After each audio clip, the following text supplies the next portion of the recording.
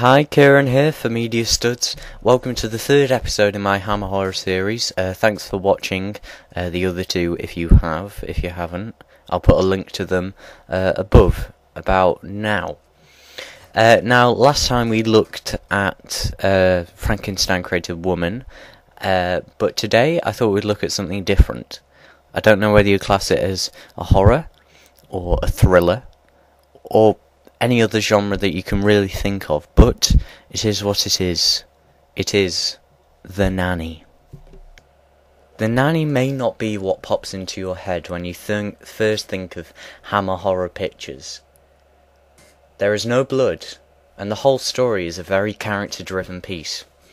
If you're looking for another cozy night underneath the pillows with Dracula and Frankenstein, then The Nanny really isn't for you, because it will surely find a way to creep into the deepest and darkest recesses and unsettle you to the core.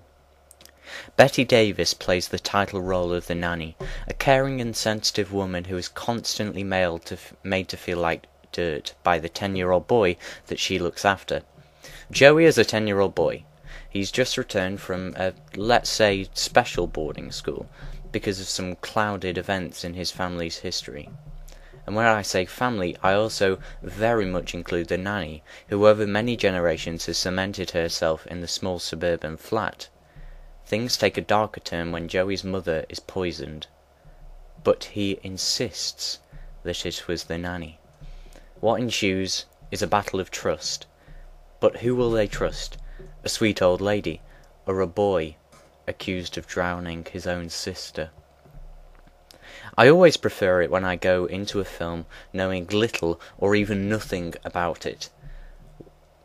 It always makes the film more of a surprise, whether that be good or bad. Fortunately, in the case of the superb The Nanny, I was very much pleasantly surprised. The film genuinely lured me into a false sense of security, and soon there was a short and sharp pain developing in my stomach. Now, I'm going to say something that I don't say often, so savour it.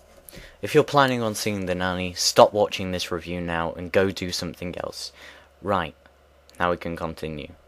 All of the performances are incredible, from Bette Davis's complicated portrayal of a confused character to the smarmy and very 70s 14-year-old girl who develops a warming friendship with the young Joey.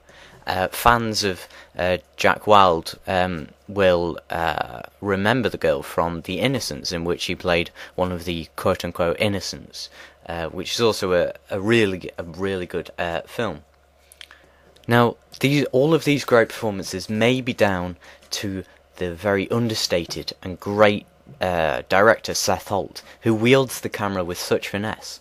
Although, if there was a complaint, I would have to be this. Apart from one or two other sets, the whole film takes part in one flat. It does border on the televisual, but this isn't really a complaint because it is gripping throughout.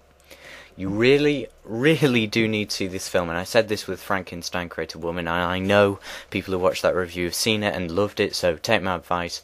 It is a classic which I had not heard of till a couple of weeks ago. Search it out and watch it. Don't be prepared for this film. Sit there and prepare to be chilled to the bone in this incredible unsung hero from Hammer Horror. It is never boring or dull, from the peaceful opening title, which is almost ironic by the end, to the jaw-dropping ending, which will leave you breathless, and wishing there were more gems of pictures like The Nanny. Now, I will say this, and this should only affect the people who really shouldn't be watching this program, but the film is in black and white, so if that affects you, which it shouldn't, then maybe you won't like to see that, The Nanny, but really I do implore you to see this film. Thanks for watching this episode of Hammer Horror. Please watch the next one, please watch the others if you haven't. Sound like a broken record, but please subscribe to MediaStuds, and thank you for listening. See you next time, bye.